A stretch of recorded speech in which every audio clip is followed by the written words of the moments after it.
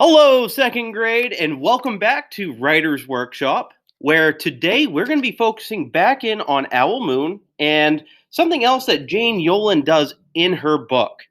Now, we've worked a lot with Owl Moon because Jane Yolen is one of those master writers that we're studying to try out those different moves, and we call them craft moves that she tries in her writing. She's done stuff such as making us feel like we're there, actually, telling us all about the setting. We close our eyes, it feels like we are actually there. She doesn't give away the story right away. She stretches it out, right? So we've been learning how to do that as well. And something else we're going to learn today is really some of the language that she uses in the book. So I'm going to go right back to this first page because it's one of my favorites. And I'm just going to read the last part. And go ahead, close your eyes for this one. Somewhere behind us, a train whistle blew, long and low. So she could have just left it that, right? Somewhere behind us, a train whistle blew, long and low. That would have been a fine, complete sentence, right? We can kind of imagine that, and we could have moved on with the rest of the story. But she decided to add this as well. Like a sad, sad song. Love what she did there. It makes her writing so much more powerful, and it creates a little bit more feeling about what's going on in this scene with Jane and her papa, right?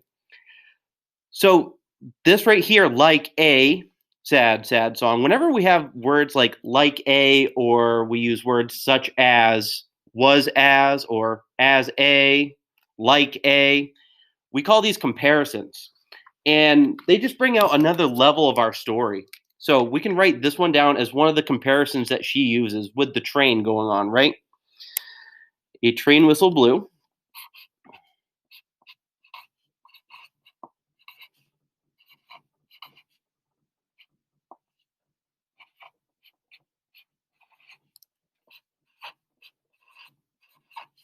Long and low. Right? She could have left it at that, but she doesn't. She continues on to make it a comparison. Like a sad, sad song. And that's really interesting. Do you notice that your voice kind of slows down when you read this? A train whistle blew long and low like a sad, sad song. With the help of that comma there, too, it kind of slows us down. But it creates some more feeling to what's going on in the scene. And I'm going to use a different color here. I'll use a highlighter. And I'm just going to highlight that part that makes it a comparison. So when you're trying this out in your writing, you might try to use these words right here, like a sad, sad song, to help you make a comparison in your own writing. And now there's one other spot in here that I really want us to go take a look at because, again, it's one of my favorites and it helps us really imagine it. Now, imagine that you're walking through the woods, right? Middle of the night, you're out owling, and then all of a sudden you come to this big clearing and there's tall trees around you, but there's enough space in that clearing that this bright moon is shining down into the center of it. It's almost like daylight, which brings us to this scene right here. Then we came to a clearing in the dark woods. The moon was high above us. It seemed to fit exactly over the center of the clearing, and the snow below it was whiter than the milk in a cereal bowl. Wow. Another powerful one that Jane uses right in here. And I can kind of imagine that having breakfast in the morning, how white the bowl of cereal is, and actually seeing it in her moment. It makes a great comparison and it makes sense too, because there's a bunch of snow around her. She didn't say it was as green as a blank, right? Because there's no greenery around. Everything's white. So she compared it to something else that she knows that is white and that other people would understand when they read the story. So that's another great one. So let's go ahead and put that one in. The snow, I think it says below. Yep, below it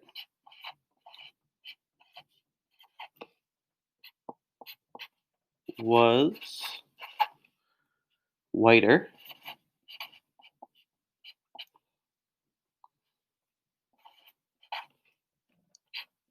then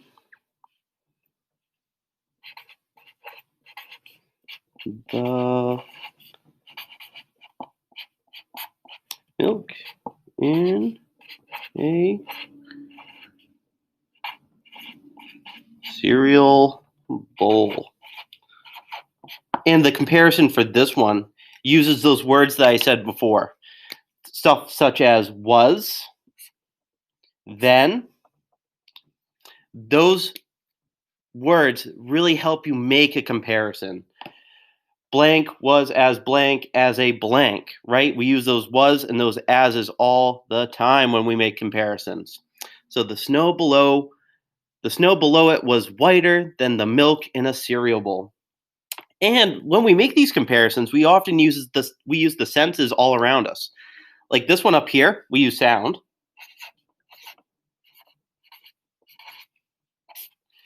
And this one down here, we're using our sight, right? Seeing.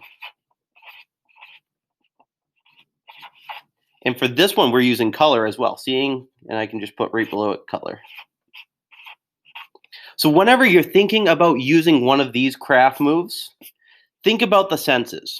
So you can make comparisons with sound, you can make comparisons with seeing or color, you can use comparisons with smell, anything like that.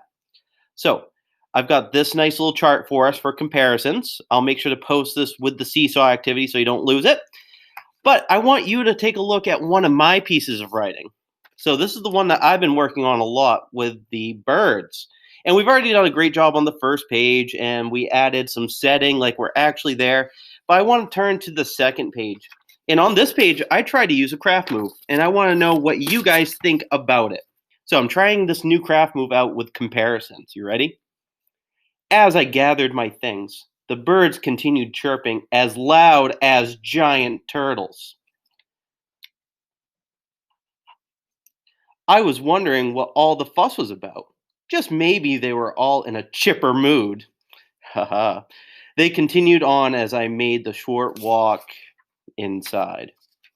Now, what do you think about my comparison that I made? I'll read the first sentence one more time because that's where it's at.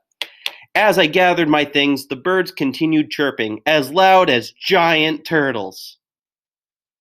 Now, I don't think that really works. It sounds kind of funny, right? Are giant turtles loud?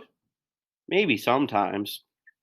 But in this instance, it really doesn't make a whole lot of sense. Why am I talking about giant turtles, right?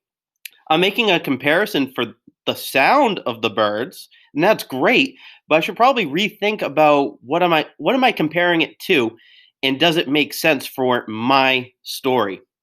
Well, we're walking into a school, right? And I already know some things that can be loud sometimes, and that could be kind of funny to put in this as well. So we're going to get rid of the giant turtles. I don't think that really works, right? And I will switch over. I'll use a green. There we go. As loud as, I'm a teacher. I think I know what I should put here.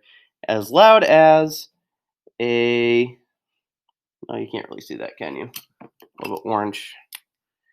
As a full class of second graders. Now, does that make a little bit more sense for my story since I'm a teacher walking into a school building? Oh, yes, it does. Now, is this part right here a full class of second graders? Are they loud? They can be sometimes. I'm not saying that you guys are, but it makes a good comparison for my story that makes sense, right? Because I'm at a school building and I'm about to walk in, and this just makes sense for what's going on at that time. Really shouldn't be talking about those giant turtles, right? Really has nothing to do with your story. So today, when you're trying out a comparison, we'll go back to this for a second. You can make a sound comparison. What can you see kind of comparison. What you smell, what you touch kind of comparison. As smooth as a, as rough as a. You can think about those kinds of things to include in your writing. So today, try out what Jane did and what I tried out in my story. And guess what? It's okay if you don't make a perfect comparison, because guess what? You're going to be coming back to class and we can work on it together. But I want you to try these things out on your own as well. Okay? Do your best today, second grade. You're going to do awesome with this. See you later.